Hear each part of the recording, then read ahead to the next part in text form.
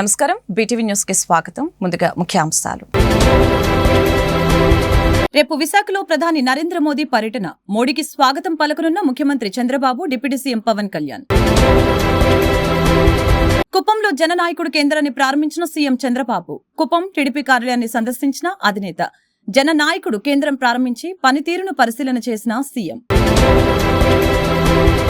ఆరోగ్యశ్రీ పథకాన్ని కూటమి ప్రభుత్వం అనారోగ్యశ్రీగా మార్చేసిందని AP Congress chief YS Sharmila విమర్శ.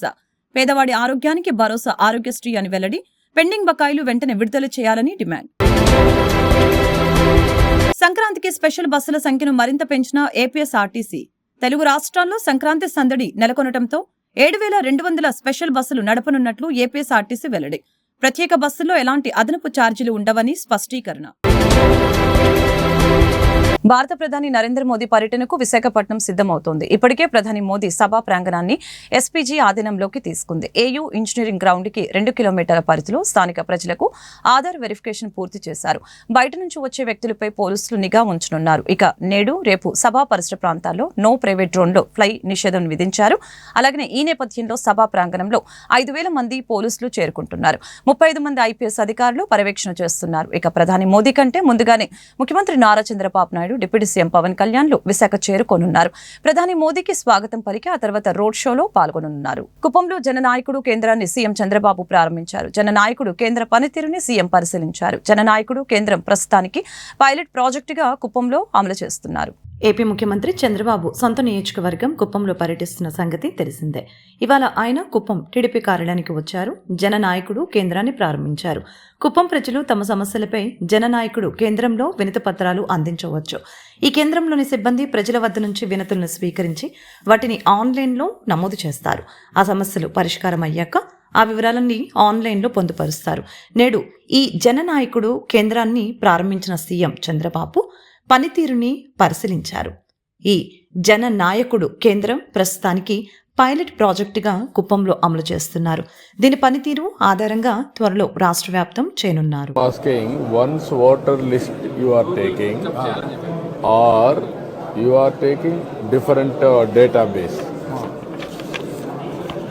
మీరు దరఖాస్తు నెంబరు ఇవన్నీ వచ్చిన తర్వాత మీరు విలేజ్ పేరు పెట్టారు, పలాని మండలం, పలాని పంచాయతీ, పలాని వ్యక్తి. వన్స్ అక్కడికి వచ్చిన తర్వాత నీ దగ్గర డేటా ఉంది కాబట్టి ఆ ఇంట్లో అతను ఫిక్స్ అయిపోయే పరిస్థితి రావాలి. అది ప్రాబ్లం ఏంటి మీకు? ప్రాబ్లం ఏం లేదు సార్, ఇందులో ఓటర్ లిస్ట్ కూడా ఉంది. ఓటర్ లిస్ట్లో సర్చింగ్ ఆప్షన్ కూడా ఇచ్చాము. So for now time being ఏంటంటే ఇప్పుడు వాళ్ళ ఇనిషియల్ లెటర్స్తోనే సర్చ్ అయితే నెంబర్ ఆఫ్ కాంబినేషన్స్ ఎక్కువ వస్తున్నాయి. సో జస్ట్ బిగిన్ చేశాం కాబట్టి ఫర్ నౌ మీరు కొత్త కాంటాక్ట్ క్రియేట్ చేయడం అని చెప్పాము. బట్ నా పేరు విలేజ్ సెలెక్ట్ చేస్తే సరిపోతుంది. పేరు ఇనిషియల్ లెటర్స్ అది ఫ్యూచర్లో సెలెక్ట్ చేస్తే ఆటోమేటిక్ మీరు అన్న డీటెయిల్స్ సార్ ఆటోమేటిక్ ఫిల్అప్ అవుతుంది. ఫిల్అప్ ఆటోమేటిక్గా వచ్చేట్టుగా చూస్తే సరిపోతుంది. ఇది వర్క్ ఇట్ అవుట్ లెటర్స్ నాకు అంటే గవర్నమెంట్ డేటాలో we're fixing Aadhaar and then house with GPS, not house number, with GPS also. So that దాన్ని బేస్ చేసుకొని ఆ ఇల్లు, address, number, everything will be linked automatic. Even by having the data ఆ వ్యక్తి యొక్క ప్రొఫైల్ కూడా వచ్చేస్తుంది ఫ్యూచర్లో. ల్యాండ్ ప్రొఫైల్, లేకపోతే హెల్త్ ప్రొఫైల్, లేకపోతే హాస్పిటల్, అన్ని ఎడ్యుకేషన్, ఎవ్రీథింగ్ లింక్ పెట్టేస్తున్నాం. వాడు వృత్తి, ఎవ్రీథింగ్ అవన్నీ వచ్చినప్పుడు అక్కడ ఓవరాల్గా మనకు ఆ ఫ్యామిలీ యొక్క ప్రొఫైల్ మన దగ్గర ఉంటే డెసిషన్ మేకింగ్ ఈజీ అవుతుంది. Complete family, that is where we're working. ఇక్కడికి మీకు వచ్చినప్పుడు అది ఆ డేటా మీ దగ్గర లేదు కాబట్టి పార్టీ డేటా మీ దగ్గర ఉంది. పార్టీ డేటా అడ్రస్లో అవన్నీ ఉన్నాయి. అవన్నీ ఉన్నప్పుడు ఇది ఫిలప్ చేసుకుంటే ఆటోమేటిక్గా సింక్ అయిపోవాలి అంటాను నేను. కరెక్ట్ సార్, అయిపోతుంది. మార్నింగ్ మీరు చెప్పారు కదా, యా, అప్పుడే నాకు ఈజీ అవుతుంది. ఇక్కడ 2 ఆస్పెక్ట్స్ మీరు గుర్తుపెట్టుకోవాలి. One is government, one is party, one is MLA. ఇది ఎమ్మెల్యే ఆఫీస్. పార్టీ ఆఫీస్ ప్యారల్గా పార్టీకి వెళ్ళిపోతుంది, గవర్నమెంట్కి వెళ్ళిపోతుంది. Then I will integrate in my party overall Kuppam. ఈ పక్కన నేను ఆర్టీ చేస్తే పోతే గవర్నమెంట్లో ఇంటిగ్రేట్ అయిపోవాలి. That is the system I'm building. అది కొంచెం దాని వీలో పెట్టుకొచ్చేయండి. ఆరోగ్యశ్రీ పథకాన్ని కూటమి ప్రభుత్వం అనారోగ్యశ్రీగా మార్చేసిందని AP Congress chief YS Sharmila విమర్శించారు. పేదవాడి ఆరోగ్యానికి భరోసా ఆరోగ్యశ్రీ అని చెప్పారు. దివంగత ముఖ్యమంత్రి వైఎస్ రాజశేఖర రెడ్డి మానసపుత్రిక ఈ పథకమని అన్నారు. ప్రాణాలు తీసే జబ్బొచ్చిన సంజీవని లాంటి ఆరోగ్యశ్రీ పథకాన్ని కూటమి సర్కార్ నిర్వీర్యం చేస్తుందని దుయ్యపట్టారు. 3,000 కోట్ల బకాయిలు చెల్లించకుండా వైద్య సేవలు నిలిచేదాకా చూడటం అంటే పథకాన్ని నిర్వీర్యం చేసే కుట్రగానే దీన్ని చూడాలని షర్మిల అన్నారు. ఆరోగ్యశ్రీ పథకానికి మంగళం పాడి ప్రజల ఆరోగ్యంతో కూటమి ప్రభుత్వం చెలగాటమాడుతుందని విమర్శించారు. ఆరోగ్యానికి పెద్దపీట అంటూనే కత్తిపీట వేస్తున్నారని అన్నారు. ఆరోగ్యశ్రీని నిర్వీర్యం చేస్తూ వదిలించుకునే ప్రయత్నాలు చేస్తున్నారని మండిపడ్డారు. పెండింగ్ బకాయిలు వెంటనే విడుదల చేయాలని డిమాండ్ చేశారు. సంక్రాంతికి స్పెషల్ బస్సుల సంఖ్యను ఏపీఎస్ఆర్టీసీ మరింత పెంచింది.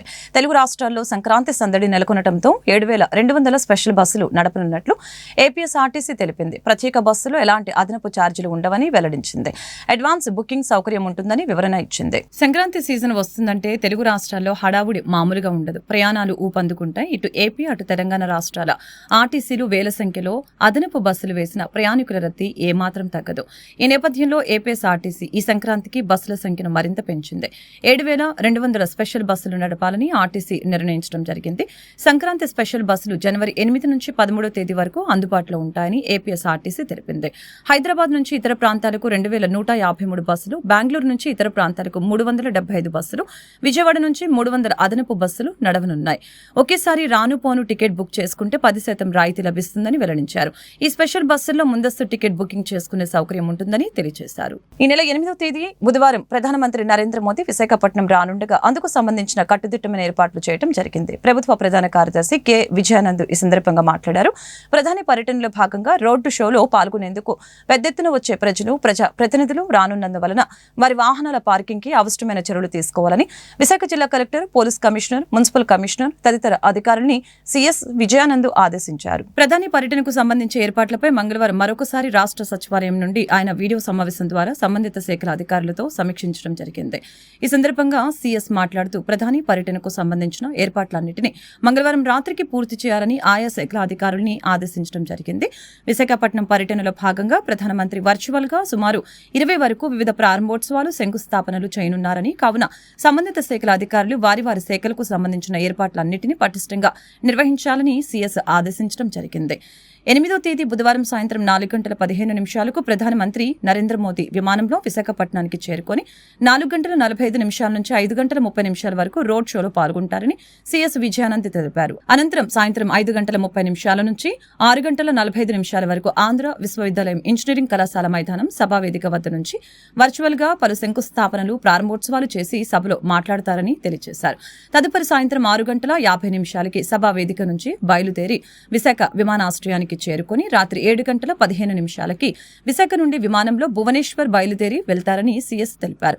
ప్రధానమంత్రి నరేంద్ర మోదీ విశాఖలో సుమారు 3 గంటల పాటు వివిధ కార్యక్రమాల్లో పాల్గొంటారని, ముఖ్యంగా వెంకటాద్రి వంటిల్లు రెస్టారెంట్ ప్రాంతం నుంచి సుమారు కిలోమీటర్ పొడవున రోడ్ షోలో పాల్గొని ఆంధ్ర విశ్వవిద్యాలయం ఇంజనీరింగ్ కళాశాల మైదానంలో ఏర్పాటు చేసిన సభావేదిక వరకు చేరుకుంటారని సీఎస్ విజయానంద్ తెలిపారు.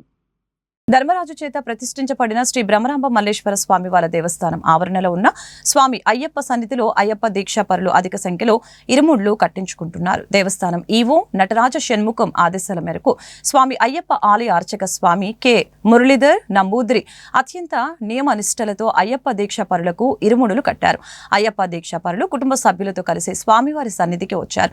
తొలుత అయ్యప్ప స్వామిని దర్శించుకోవడంతో పాటు మిగతా దేవతామూర్తుల్ని దర్శించుకొని ప్రత్యేక పూజలు నిర్వహించుకున్నారు. అయ్యప్ప దీక్షాపరులు శరణఘోషతో ఆలయ ప్రాంగణం మారుమ్రోగింది. దేవస్థానం ఆధ్వర్యంలో అయ్యప్ప దీక్షాపరులకు ఉదయం పూట ఉచితంగా అల్పాహారం అందజేశారు.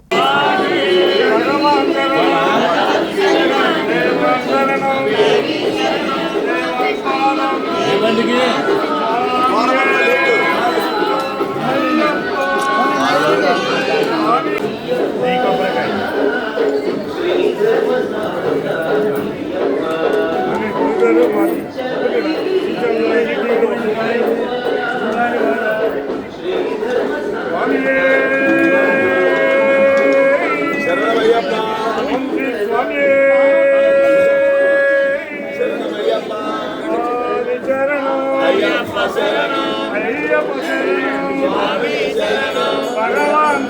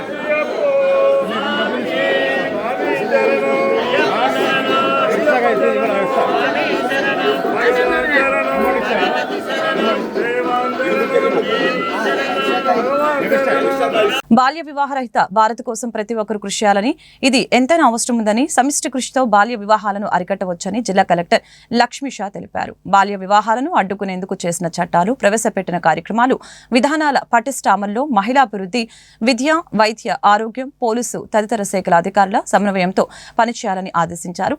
బాలికల విద్య, ఆర్థిక సాధికారతపై ప్రత్యేక దృష్టి పెట్టాలని అన్నారు. మంగళవారం కలెక్టరేట్ శ్రీ పింగళి వెంకయ్య సమావేశ మందిరంలో కలెక్టర్ లక్ష్మీ షా అధ్యక్షతన బాల్య వివాహరహిత భారత్, బాల్య వివాహ ముక్త భారత్ ప్రచార కార్యక్రమం అమల్లో భాగంగా బాల్య వివాహాల నిషేధ అధికారులు జిల్లా స్థాయి సమన్వయ సమావేశం జరిగింది. ఈ సందర్భంగా కలెక్టర్ మాట్లాడారు. బాల్య వివాహం అనేది ఓ సాంఘిక దురాచారం అని, అది బాలికల్ని విద్య, ఆరోగ్యం, అభివృద్ధికి ఆటంకం కలిగించడమే కాకుండా వారి కలల్ని సాకారం చేసుకునే అవకాశాలను దూరం చేస్తుందని వివరించారు. బాల్య వివాహాల వలన భవిష్యత్తులో ఎదురయ్యే అనారోగ్య సమస్యలతో పాటు ఇతర దుష్పరిణామాలపై ప్రజల్లో పెద్ద ఎత్తున అవగాహన కల్పించాలని అన్నారు. తల్లిదండ్రులకి అవగాహన కల్పించాలని, ఇందులో స్వచ్ఛంద సంస్థల భాగస్వామ్యాన్ని ప్రోత్సహించాలని చెప్పారు. బాల్య వివాహాలను నివారించేందుకు విద్య అనేది కీలకమని, విద్యతో పాటు సాధికారత కల్పించడం ద్వారా పేదరికాన్ని, తద్వారా బాల్య వివాహాలు వంటి సాంఘిక దురాచారాల్ని దూరం చేయవచ్చని తెలియజేశారు.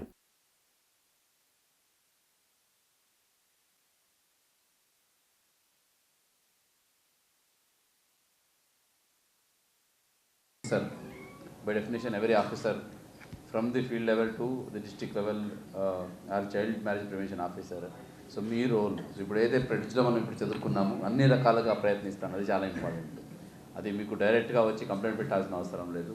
So the moment you get some doubts also, the moment you see somewhere ఇలా జరుగుతూ ఉందంటే దాన్ని కంపల్సరీగా అడ్రస్ చేయాల్సి ఉంటుంది. సో దీనికి role of every one starting from village level officer నుంచి డిస్ట్రిక్ట్ వరకు చాలా ఇంపార్టెంట్. సో ఇది ఒక this is social issue that we need to address, being educated society అనేది మెయిన్ కాన్సెప్ట్. దీనికి దేశ స్థాయిలో కూడా ఒక క్యాంపెయిన్ లాగా తీసుకోవడం చాలా మంచి పరిణామము. సో దీన్ని మనం అదే రకంగా ఇంప్లిమెంట్ చేస్తూ, so very disheartening to know that south ఇండియాలో, ఆంధ్రలో ఎక్కువ ఉన్నాయి బాల్య వివాహాలు. సో అలా చూసుకుంటే when economically we are trying, we are hoping to grow in much faster rates.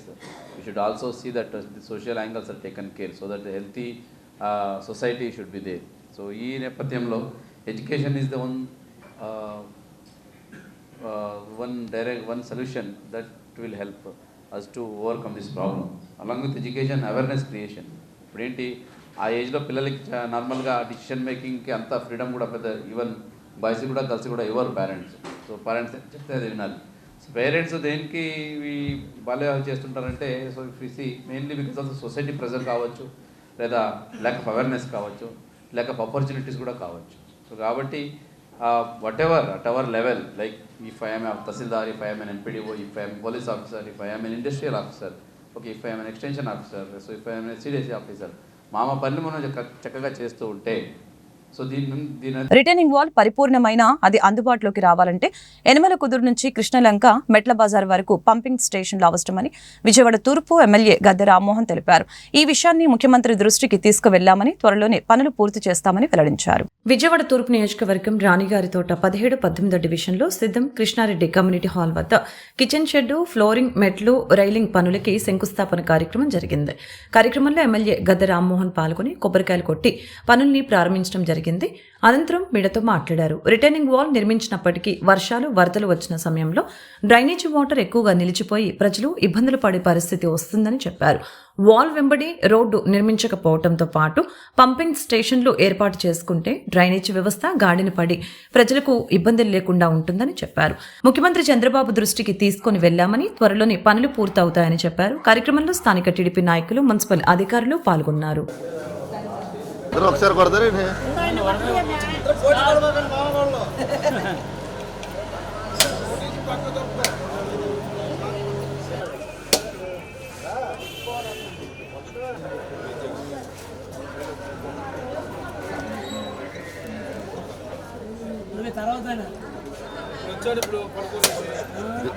అలా కొట్టాలి, కొడితే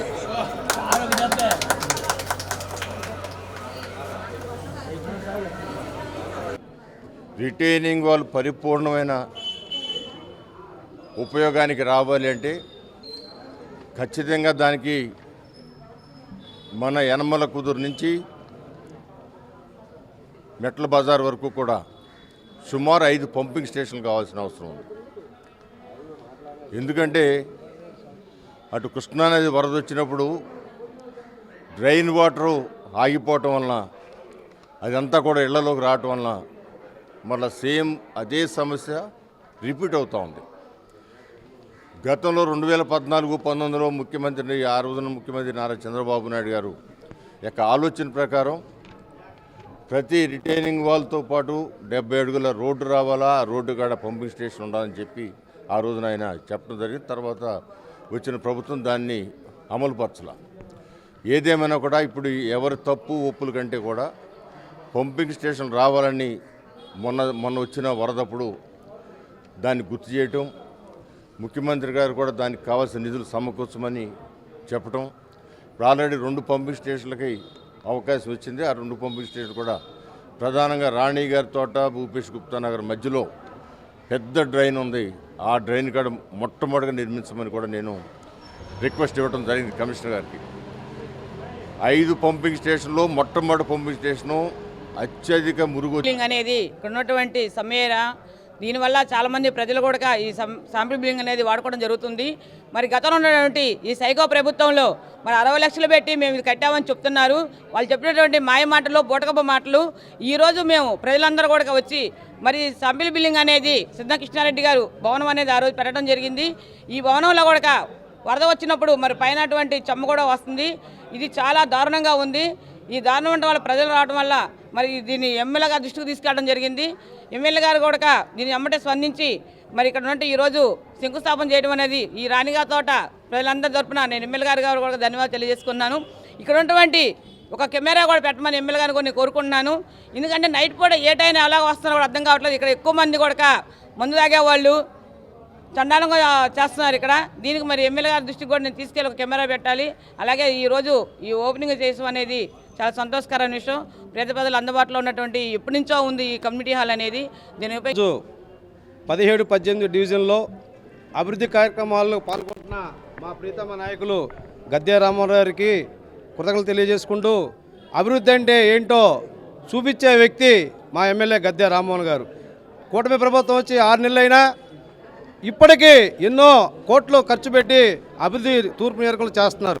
అదేవిధంగా ఈరోజు 17-18 డివిజన్లో ముసలి వాళ్ళు మేము మెట్లు ఎక్కలేకపోతున్నాం అంటే మెట్లకి డ్రిల్ పెట్టేసి వాళ్ళకి ఉపయోగపడాలని కృతనిశ్చయంతో ఆయన ముందుకొచ్చి మేము చెప్పిన నెలకే ఈరోజు అవి శాంక్షన్ చేయించి అది అలాగే ఇక్కడ కమిటీ హాలు చాలా అస్తవ్యస్తంగా ఉండి వాళ్ళు గత ప్రభుత్వంలో గొప్పలు చెప్పుకున్నారు. ఇప్పుడు చూస్తే మాకు దరిద్రంగా ఉందని మేము చెప్తే వెంటనే స్పందించి దీనికి కూడా నిధులు మంజూరు చేసిన మా ఎమ్మెల్యే గారికి 17-18 నిధులు నా కృతజ్ఞతలు తెలియజేసుకుంటూ ఇలాంటి అభివృద్ధి కార్యక్రమాలు మరెన్నో ఇంకా చేస్తామని ముందు మా ఎమ్మెల్యే ఆధ్వర్యంలో ఇక్కడ చూశారు 17-18 డివిజన్లో డ్రైనేజ్ వ్యవస్థ ఎంత నాశనం చేశారో.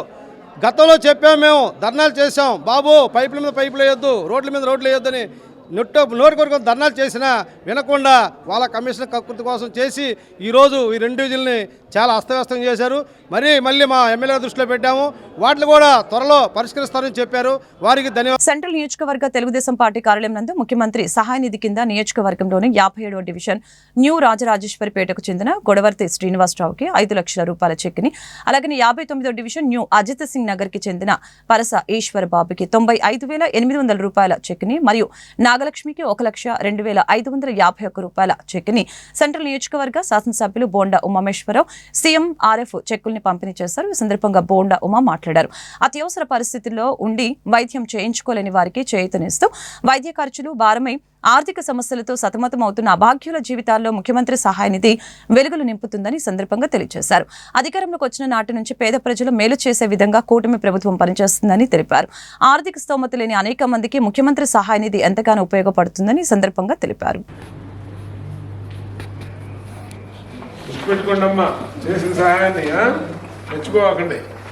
ఎన్నో దశాబ్దాల నుంచి ప్రభుత్వ ఉద్యోగులు దాచుకున్న సొమ్ముని గత ప్రభుత్వం పూర్తిగా దుర్వినియోగం చేయడం వలన రాష్ట్ర వ్యాప్తంగా ఉన్న లక్షల మంది ఉద్యోగులు నేడు అనేక ఇబ్బందులకు గురవుతున్నారని NGO రాష్ట్ర ప్రధాన కార్యదర్శి విద్యాసాగర్ ఆవేదన వ్యక్తం చేశారు. ఉద్యోగుల పెన్షనర్ల ప్రయోజనాల కోసం కృషి చేస్తానని హామీ ఇచ్చారు. ఏపీ NGO సంఘం రాష్ట్ర ప్రధాన కార్యదర్శిగా నూతనంగా నియమితులై బాధ్యతలు చేపట్టిన అలపర్తి విద్యాసాగర్ని ఏపీ పెన్షనర్స్ అసోసియేషన్ ఘనంగా సన్మానించింది. గాంధీనగర్లోని NGO హోంలో ఏపీ పెన్షనర్స్ అసోసియేషన్ ఆధ్వర్యంలో విద్యాసాగర్ అభినందన సభ ఘనంగా నిర్వహించడం జరిగింది. ఈ సందర్భంగా NGO రాష్ట్ర ప్రధాన కార్యదర్శి విద్యాసాగర్ మాట్లాడారు. రాష్ట్ర ప్రభుత్వం 4 లక్షల మందికి పైన ఉన్న పెన్షనర్లు వారి సమస్యల్ని తీసుకువెళ్లి పరిష్కరించే విధంగా కృషి చేయడం జరుగుతుందని చెప్పారు. గత కొన్ని దశాబ్దాల నుంచి NGO సంఘం ఉద్యోగుల హక్కుల కోసం ఎన్నో పోరాటాలు, ఎన్నో ఉద్యమాలని ముందుండి నడిపించిన ఘనత ఉందని, వారు చూపిన బాటలో పైనుంచి ఉద్యోగుల కోసం పోరాటం చేయడం జరుగుతుందని తెలియజేశారు. అలాగనే ఉద్యోగుల పెన్షనర్ల ప్రయోజనాల కోసం చేయడంతో పాటు హెల్త్ కార్డులో DA బకాయిల సమస్యలు ముఖ్యమంత్రి దృష్టికి తీసుకువెళ్లడం జరిగిందని చెప్పారు. దశల వారీగా ప్రభుత్వ ఉద్యోగుల సమస్యల పరిష్కారం కోసం ప్రభుత్వం పనిచేయాలని కోరారు. స్టేట్ గవర్నమెంట్ పెన్షనర్స్ అసోసియేషన్ అధ్యక్ష కార్యదర్శులతో పాటు రాష్ట్ర నలుమూల నుంచి అధ్యక్ష కార్యదర్శులు పెన్షనర్స్ అందరూ కూడా విద్యాసాగర్ జనరల్ సెక్రటరీ 31/12/2024 ఎన్నిక కావడం, నేను అధ్యక్షునిగా మా ఇద్దరిని ఆశీర్వదించడానికి, మమ్మల్ని సన్మానించుకునేదానికి ఈ మీటింగ్ సమావేశం జరిగింది. ఈ సమావేశంలో సాగర్ గారిని మమ్మల్ని ఆశీర్వదిస్తూ సన్మానిస్తూ వాళ్ళ డిమాండ్లు చెప్పడం జరిగింది. వాళ్ళకు 3 డిమాండ్లు మెయిన్ ఉన్నాయన్నారు. క్వాంటమ్ ఆఫ్ పెన్షన్ 70 సంవత్సరాలకు గతంలో 10% ఉండేదాన్ని 7% గత ప్రభుత్వం తగ్గించడం జరిగింది. అదేవిధంగా క్వాంటమ్ ఆఫ్ పెన్షన్లో 75 వయసు ఉండే సర్వీస్ వాళ్ళకి 15% ఉండేదానికి 12% జరిగింది. దాదాపు అక్కడ 3 ఇక్కడ 3 6% నష్టపోవడం గత ప్రభుత్వం చేసింది. మరి ఈ ముఖ్యమంత్రి గారు ఉన్నప్పుడు గతంలో 75% 70 ఇయర్స్కు ఇవ్వడం జరిగింది, 12% 15%. అది గత ప్రభుత్వం తీసేయడం జరిగింది. మా దాన్ని పునరుద్ధరించాలనే కోరికగా వాళ్ళు కోరడం జరిగింది. ఆ దిశగా ప్రయత్నం చేస్తాను నేను, సాగర్ గారు మా ఏపీ NGOs పక్షాన ప్రయత్నం చేస్తామని మాట ఇవ్వడం జరిగింది. ఎందుకంటే ఈ ముఖ్యమంత్రి గారు ఇచ్చారు కాబట్టి దాన్ని తిరిగి పునరుద్ధరిస్తారనే ఆశాభావం మాలో వ్యక్తం చేస్తున్నాం. అదేవిధంగా హెల్త్ కార్డ్స్ కూడా సరిగా మాకు జరగడం లేదు సార్. మేము ముసలివారము, ఎక్కడికి పోలేం. ఫ్రీగా మా కార్డు తీసుకుపోతేనే మాకు ఇమ్మీడియట్గా ట్రీట్మెంట్ జరిగే విధంగా కావాలన్నారు. అది కంపల్సరీగా ముఖ్యమంత్రి గారికి చెప్తాం. అవగాహన ఉంది కాబట్టి CEO గారితో మీటింగ్ పెట్టించి మెడికల్ హెల్త్తో సక్సెస్ చేయించాలనే ఆశాభావం మాకు ఉంది. తప్పకుండా చేయాల్సిన బాధ్యత మా ఏపీ NGOs పక్షాన ఉందని చూస్తున్నాం. అదేవిధంగా క్వాంటమ్ ఆఫ్ పెన్షన్తో పాటు హెల్త్ కార్డ్స్తో పాటు కమ్యూటేషన్ అనేది గతంలో 58 సంవత్సరాలకు రిటైర్డ్ అయితే 15 ఏళ్లకు రికవరీ చేసేవాళ్ళు. ఇప్పుడు 50 నుంచి 62కి వచ్చాం కాబట్టి 4 ఏళ్ళు పెరిగింది కాబట్టి 15 ఏళ్ళు అవసరం లేదు. ఇతర రాష్ట్రాలలో 11 సంవత్సరాల 3 నెలలకే ఏమని చెప్పి కోర్టు ఆర్డర్లు ఇవ్వడం.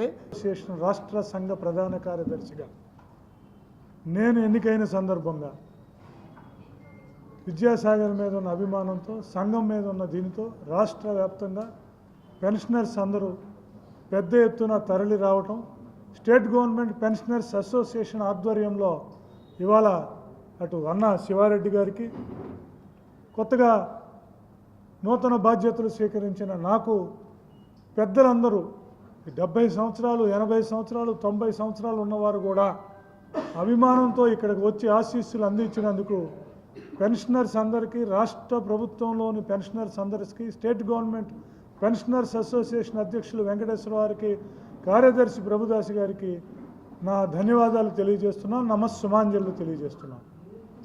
ఈ సందర్భంగా మున్ముందు కూడా అనేక సార్లు పెన్షనర్లు వాళ్ళకు సంబంధించిన విషయాలని మా దృష్టికి తీసుకురావడం జరిగింది. 2014-19 సమయంలో 70 సంవత్సరాలు దాటిన పెన్షనర్స్కి, 75 సంవత్సరాలు దాటిన పెన్షనర్స్కి 10%, 15% వెయిటేజ్ ఇవ్వాలి. వాళ్ళకి మెడికల్గా ఇబ్బందులు ఉన్నాయి, కొనుక్కునే ముందు సామాను కొనుక్కునే పరిస్థితి లేదు, మెడిసిన్స్ అన్నీ కొనుక్కోవాలి, ఇబ్బంది ఉందన్న విషయాన్ని అప్పుడు ముఖ్యమంత్రి గారి దృష్టికి తీసుకెళ్ళినప్పుడు 2018లో 70 సంవత్సరాలు దాటిన వాళ్ళకి 10%, తర్వాత వాళ్ళకి 15% అప్పుడు ప్రభుత్వం మంజూరు చేయటం జరిగింది. తర్వాత 2022లో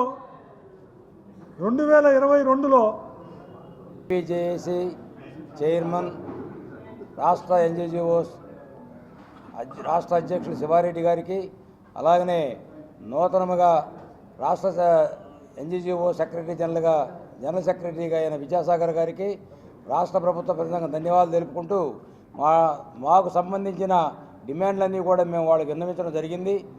ఇదివరకు మాకైతే ఎట్లా అండగా ఉండి మా సమస్యల ఎడల ఎన్నిసార్లైనా మాతో పాటు అటెండ్ అయ్యి మాకు ఆ సమస్యలు తీర్చినందుకు రాష్ట్ర ప్రభుత్వ పెన్షన్ సంఘం జేఏసీ నాయకులకి ధన్యవాదాలు తెలుపుతూ, ముఖ్యంగా సాగర్ గారిని రిక్వెస్ట్ చేసేది ఏంటంటే, ఆనాడు 2017లో సీఎం గారితో సమావేశం జరపడం, అలాగనే 2019లో ఎడిషనల్ క్వాంటం 70 సంవత్సరాలు నిండి నాకు 10% ఇప్పించడంలో చూపించిన చొరవకు ధన్యవాదాలు తెలుపుకుంటూ, అదే క్రమంలో శివారెడ్డి గారి నాయకత్వంలో సాగర్ గారు కూడా ఇదివరకైతే మేము ఏం సంపాదించుకొని పోగొట్టుకున్నామో వాటిని పునరుద్ధరించాలని, అలాగనే మా రాష్ట్ర సంఘం తరఫున కూడా కమిటేషన్ రిస్టోరేషన్ 12 సంవత్సరాలు చేయాలని గౌరవ సీఎం గారికి, చీఫ్ సెక్రటరీ రిప్రజెంట్ చేయడం జరిగింది.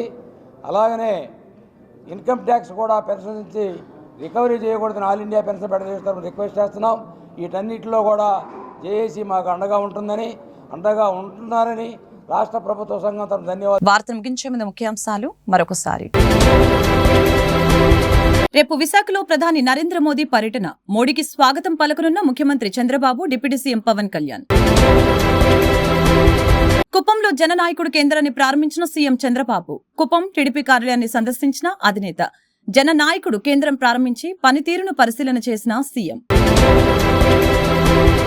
ఆరోగ్యశ్రీ పథకాన్ని కూటమి ప్రభుత్వం అనారోగ్యశ్రీగా మార్చేసిందని AP Congress chief YS Sharmila విమర్శ.